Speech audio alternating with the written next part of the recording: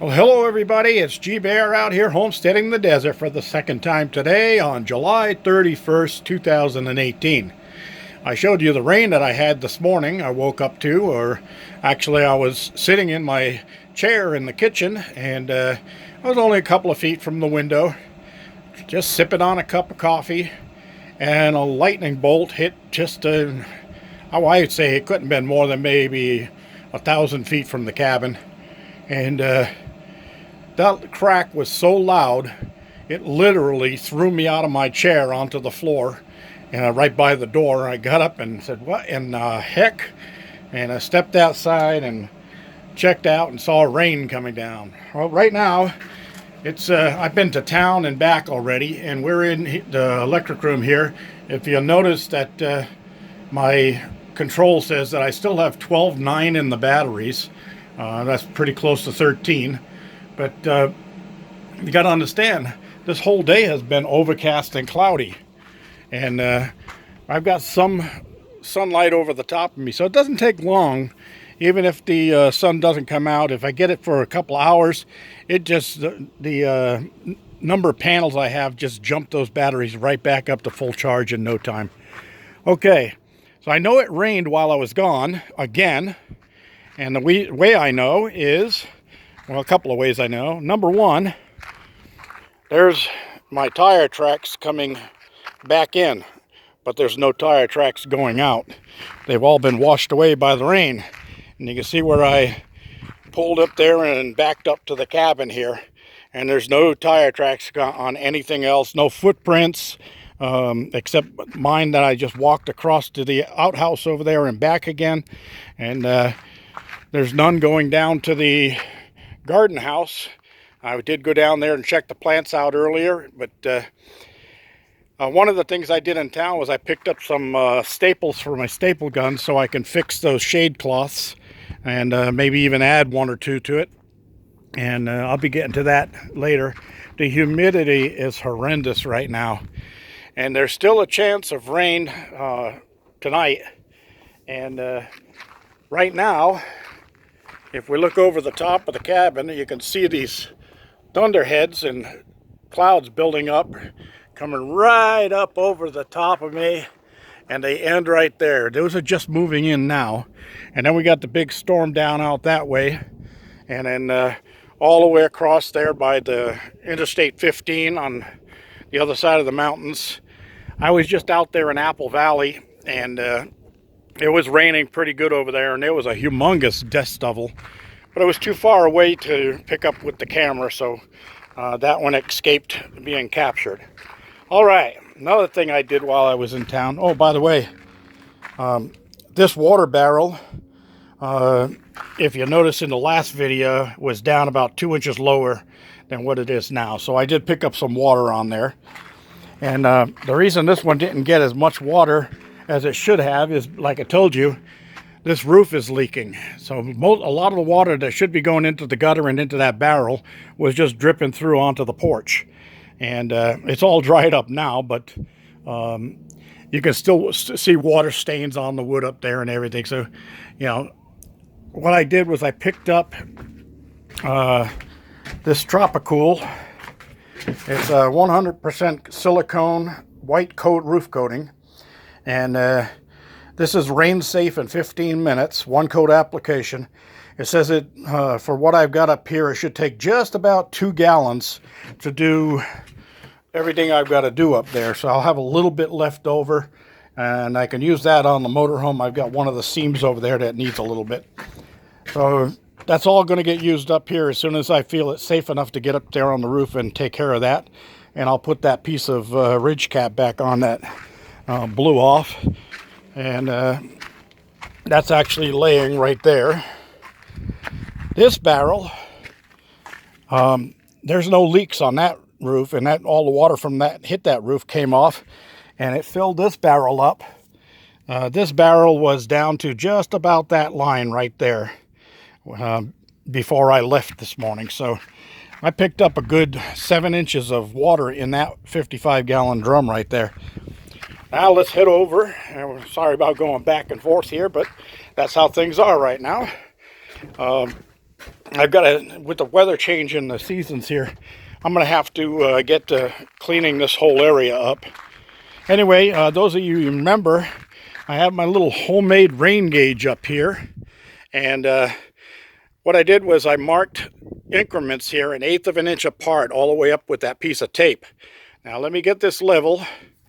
And the first level would be right there at the bottom. That would be 1/8. The second one right there in the notch would be 1/4. So we got just a little over 1/4 of an inch of rain out of those 2 rains that came through here already. So that's pretty good. I also need to put the false roof up there, and I'll have 40 feet of gutter collecting off of 1,200 square feet of roofing up there.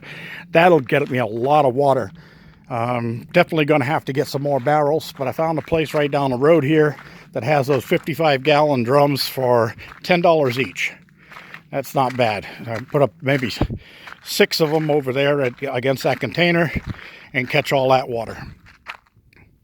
All right, what's next? Oh yeah, one of my viewers and followers on my channel contacted me and said that there was something for me to pick up at Home Depot. So I went to the Home Depot today and I got this package.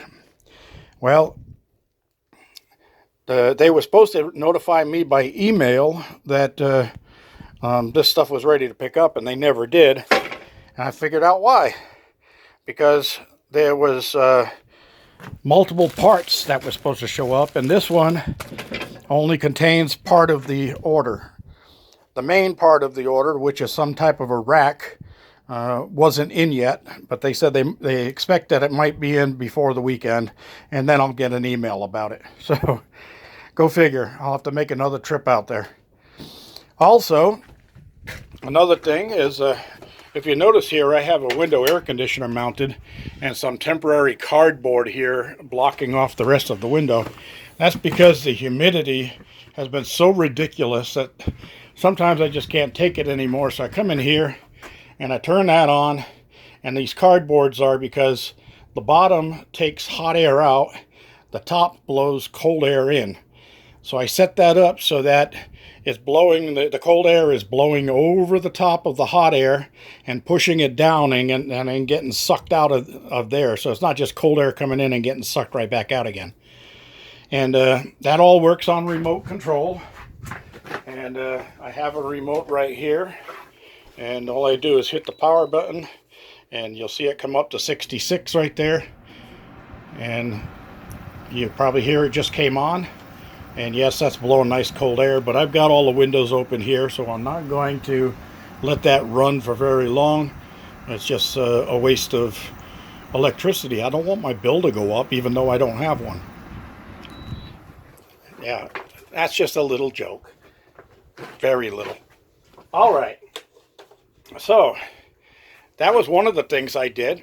Another thing I did was, you remember I said that other cabinet and the shelf was crooked. I had to move that up 1 inch. You can see the mark on the wall that I put where it used to be, and I did move that up and get it up where it belongs. So now I've got, my cabinets are level across here, and I'm all set with that part of it. And the other thing I did was I tightened up the stove and the refrigerator up against this cabinet, because there was a gap there that was just large enough so that if I accidentally bumped a knife like this, it would go right down there, and then I'd have to dig it out. Or my chopsticks, you say, well, what do you use chopsticks for? Well, I use chopsticks for when I'm cooking bacon in a non-stick fry pan. And instead of using something that's going to scratch my pan, I use chopsticks to grab the bacon and flip the strips over. And then I use them to pick, I just stack them all and I pick up the whole bunch at once, drain off the excess into my bacon cans up there, and then I put those on the plate so most of the fat is gone.